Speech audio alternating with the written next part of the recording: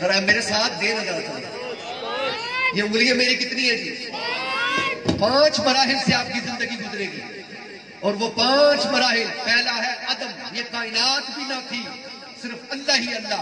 اللہ رب العزت نے چاہا کہ میں جانا جاؤں، میں پہچانا جاؤں۔ اس کو بند کر دیں، اس کو بند کر دیں، مجھے 5 مراحل سے ہماری زندگی گزرے گی، اور وہ 5 مراحل میں سے پہلا مرحلہ ہے عدم۔ عدم کا مطلب ہے یہ کائنات بھی نہ تھی، صرف اللہ ہی اللہ۔ اللہ رب العزت نے چاہا کہ میں جانا جاؤں، میں پہچانا جاؤں، میرا بھی کوئی نام لینے والا ہو، مجھے بھی کوئی اللہ اللہ کہنے والا ہو۔ اللہ رب العزت نے اپنے نور سے نور مصطفیٰ کو تخلیق فرمایا، پھر حضور کے نور کے کئی حصے کیے، اسے ایک حصے میں سے یہ کائنات بنا دی۔ یہ تو پہلا مقام، لمبی گفتگو ہے، میں اختصار کے ساتھ۔ دوسرا مرحلہ عالم ارواح، جہاں ساری روحیں اکٹھی ہوئی، آپ کی روح بھی تھی، میری بھی تھی، ہمارے آباء و اجداد کی بھی تھی، ہماری جو بعد میں آنے والی نسلیں ہیں، ہماری ان اولادوں میں سے پیدا ہوگی، وہ بھی وہاں تھی۔ تو اللہ رب العزت نے کہا بھئی میں تمہیں ایک امانت دینا چاہتا ہوں۔ کیا دینا چاہتا ہوں جی؟ یہ سٹیج میں جو جتنے بیٹھے ہیں، کیا دینا چاہتا ہوں؟ امانت۔ اللہ رب العزت نے کہا بھی میں تمہیں ایک امانت دینا چاہتا ہوں، اور وہ امانت دینا چاہتا ہوں جسے لینے سے چرند پرند نے انکار کر دیا،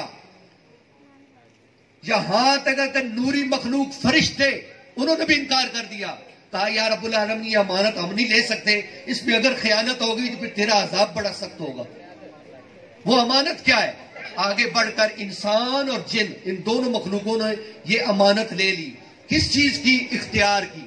اور وہ کیا اختیار ہے؟ وہ اختیار ہمارے پاس ہے، دل چاہے تو نماز پڑھیں، دل چاہے تو چھوڑ دیں، دل چاہے تو سچ بولیں، دل چاہے تو جھوٹ بولیں، دل چاہے تو ختم نبوت کے غداروں کے ساتھ کھڑے ہو جائیں، دل چاہے تو ختم نبوت کے پہرے داروں کے ساتھ کھڑے ہو جائیں، دل چاہے تو اسلام کے ساتھ کھڑے ہو جائیں، دل چاہے تو کفر کے ساتھ کھڑے ہو جائیں، دل چاہے تو شیطان کے ساتھ کھڑے ہو جائیں، دل چاہے تو رحمان کے ساتھ کھڑے ہو جائیں، اللہ کی مانے۔ کیوں؟ ہم نے عالم ارواح کے اندر وہ اختیار لے لیا۔ اب لے لیا ہے، یہ دوسرا مقام ہے، پہلا عدم، دوسرا عالم ارواح۔ جب عالم ارواح سے ہم اپنی اپنی باری پر اس دنیا کے اندر آئیں گے، یہ تیسرا مقام ہے، جہاں اس وقت آپ اور ہم سب موجود ہیں، یہ تیسری دنیا ہے۔ اس دنیا کے لیے 2 حدیثیں سماعت فرما لیں۔ حضرت سیدنا نوح علیہ السلام 950 سال اس کائنات کے اندر گزارے۔ آپ سے پوچھا گیا بتائیں اس دنیا کو کیسا پایا؟ آپ نے فرمایا ایک دروازے سے آیا، دوسرے سے باہر نکلا۔ اس دنیا کی حقیقت یہی ہے یار۔ دیکھتے ہی دیکھتے آج یہ 45 سال کی عمر گزر گئی۔ ہم سے بڑے اس وقت یہ اعجاز بھائی ہیں، دوسرے نوید بھائی ہیں، بیٹھے ہوئے، ان سے پوچھے ان کی عمریں کتنی ہیں؟ اتنی عمر دیکھ، آج وہ بھی ختم ہوئی ہے۔ بالآخر موت سے کسی کی یاری نہیں، آنی ہے موت، لیکن موت سے پہلے اگر ہمیں یہ خیال آ جائے کہ ہم نے عالم ارواح کے اندر وہ امانت لی تھی، اس کے اندر خیانت نہ کریں، دغا بازی نہ کریں، رب کی پاک بارگاہ میں جا کر جواب دینا ہے۔ پھر اس کے بعد قبر کی زندگی، قبر کے حوالے سے بھی 2 حدیثیں مختصر۔ حضور علیہ السلام نے فرمایا نیک بندے کی قبر جنت کے باغوں میں سے باغ ہوگی۔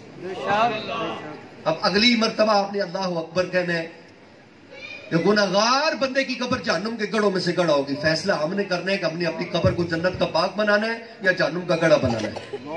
پھر آخری مقام محشر کا میدان، جہاں حساب و کتاب ہوگا، سب کچھ کھلے گا۔ یہاں تو عدالتوں میں ایک کیس لگ جائے نا تو ساری زندگی کیا 3 پیڑھیاں عدالتوں میں دھکے کھاتی رہتی ہیں، لیکن ادھر رب کی پاک بارگاہ میں 50 عدالتیں لگے گی حدیث مصطفیٰ کے مطابق۔ ہر عدالت سے آپ نے اپنے آپ کو کلیئر کروانا ہے۔